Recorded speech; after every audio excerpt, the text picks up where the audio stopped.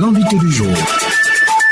Madame le receveur général, bonjour. Bonjour monsieur. Parlez-nous de Trésor P, Trésor Monnaie. Trésor P et Trésor Monnaie sont deux plateformes digitalisées que le Trésor public a mises en place pour pouvoir digitaliser les flux gouvernementaux de l'État.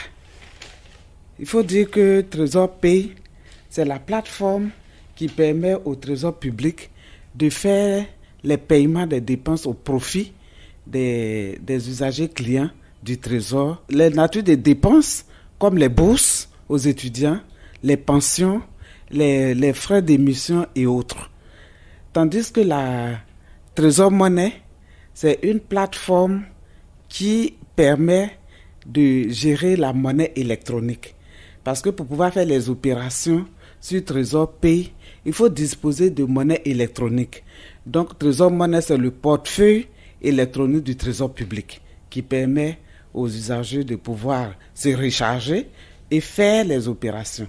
On sait par exemple que le Trésor public régit les ressources de l'État, mais quel type de ressources est concerné par cette plateforme? C'est pratiquement toutes les natures de recettes qui sont recouvrées par le Trésor public. Il faut faire la précision. C'est les recettes qui sont recouvrées par le Trésor public. On peut en citer quelques-unes. Par exemple, les frais d'hospitalisation, par exemple, les frais d'inscription, les frais de concours et autres sont des natures de recettes qui sont recouvrées par le Trésor public et on met en place cette plateforme-là pour pouvoir maximiser la mobilisation de ces recettes publiques.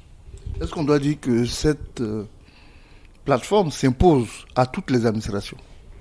Bon, quelque part, il faut le dire, puisque, comme on le dit, les finances publiques, selon les règles des finances publiques, ce sont les comptables publics qui ont la compétence pour recouvrer les recettes publiques, donc les recettes étatiques, et payer les dépenses publiques. Donc, la plateforme Trésor Pay, Trésor Monnaie, c'est une modalité qui est mise à la disposition des comptables publics pour pouvoir accomplir leurs tâches quotidiennes. Et il va de soi que la mobilisation des ressources publiques ne peut pas passer ailleurs qu'entre les mains des comptables publics à travers leur plateforme Trésor Pay, Trésor Monnaie. J'ai même envie de vous demander que deviennent les trésoriers et les comptables après l'installation de cette plateforme. Ils ont toujours leur travail à faire, puisque c'est juste le recouvrement qui, au lieu que le contribuable vienne à la caisse, il ne vient plus à la caisse, mais à toutes les tâches administratives et comptables. La comptabilisation de ces recettes perçues, c'est le comptable public qui va la faire. La reddition des comptes, c'est le comptable public.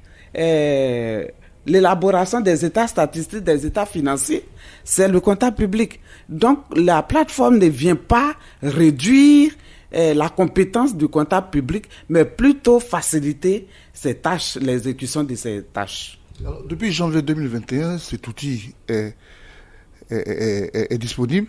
Est-ce que ça s'applique à l'ensemble du territoire? Il faut dire que nous sommes dans un processus. C'est une innovation. On a initié une phase pilote qui a été très concluante. Donc actuellement, nous sommes dans la phase de généralisation sur toute l'étendue du territoire. Les missions ont commencé. Il y a des postes qui sont déjà connectés. Et c'est un processus. L'objectif, c'est de pouvoir boucler tout le territoire national avant la fin de l'année. Alors dites-nous, Madame le receveur général, comment accède-t-on à Trésor Pay, à Trésor Monnaie? On a deux modes. Pour ceux qui ont les smartphones, ils vont télécharger l'applicatif sur leur portable et accéder.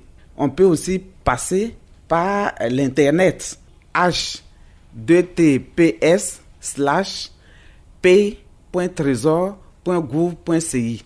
Maintenant, pour ceux qui ont les portables basiques, il y a un code USSD, on fait étoile 760 dièse et on suit le processus.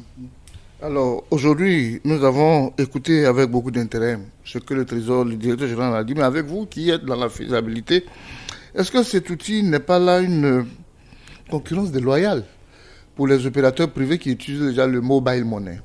Non, on ne peut pas dire qu'il y a une concurrence.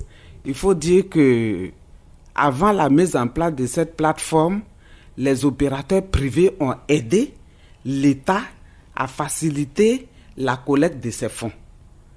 Aujourd'hui, je l'ai précisé tout à l'heure, selon les règles des finances publiques, seuls les comptables publics ont la compétence pour mener les deniers de l'État. Et donc, le Trésor a conçu cette plateforme-là pour mettre à disposition des comptables publics ce moyen technologique pour recouvrer les recettes et payer les dépenses de l'État. Donc, nous sommes dans notre sphère de compétences, c'est-à-dire les finances publiques. Et donc, on ne livre pas de concurrence au secteur privé. Vous vous imaginez, est-ce qu'aujourd'hui, un contribuable qui doit payer une recette à l'État ne va pas aux caisses d'une structure privée pour aller déposer les fonds et demander à cette caisse-là de venir reverser les fonds dans les caisses d'un comptable public? Donc, c'est dire que la plateforme n'est pas en concurrence, nous permet d'accomplir nos compétences. Et on dit merci aux autres structures qui, au départ, ont aidé quand même l'État à collecter, via les nouvelles technologies, une partie de ses recettes. Alors, Madame le receveur, on remarque que vous modernisez tout, vous digitalisez tout. Où va le Trésor? Vous partez à partir de quel constat pour toutes ces réformes? Pour arriver à toutes ces réformes. Oui, vous avez vu que tout à l'heure, on parlait d'un slogan, le Trésor public réinvente le service public. On est parti d'abord la Constitution qui dit qu'on doit moderniser les services à la population. Et donc, c'est dans ce cadre-là que le Trésor public est en train d'entreprendre toutes ces innovations parce que notre objectif, c'est de faciliter la vie aux citoyens. Quel que soit là où le citoyen se trouve, il doit pouvoir rentrer en contact avec le Trésor public pour faire face à ces opérations en interaction avec le Trésor. Donc, on s'est inscrit dans l'innovation et on a l'économie numérique qui est en pleine expansion. Les gouvernants ont même créé un ministère dédié à l'économie numérique. C'est dire qu'aujourd'hui, le développement de la Côte d'Ivoire a comme pilier essentiel le numérique. Et le Trésor utilise donc cette ouverture-là pour faciliter ses relations avec ses usagers clients. On est aussi dans la qualité. Et la qualité demande en perpétuité une amélioration continue. Et donc, on améliore nos prestations livrées aux citoyens qui sont en Côte d'Ivoire avec nous ici. Je rappelle que vous êtes certifié. Nous sommes certifiés aussi. Nous sommes une administration certifiée ISO 9001 version 2015. Et donc, tout ce que nous faisons s'inscrit aussi dans cette démarche et dans cette dynamique. Alors, cet outil existe justement depuis 1 an. Quels sont les échos qui vous reviennent? Tout début est difficile. Il en a quelques résistances au changement, mais on a des échos favorables. La preuve, on a eu au cours de l'année 2021 à faire le recouvrement des droits d'inscription au concours et examen de la DECO. Ça a permis d'améliorer vraiment le taux de recouvrement de ces recettes non fiscales. Et nous avons eu même un courrier de félicitations des dirigeants de la DECO qui nous ont traduit, au Trésor public leur entière satisfaction à travers pour le travail qui a été fait à travers cette plateforme Trésor Pay, Trésor Monnaie.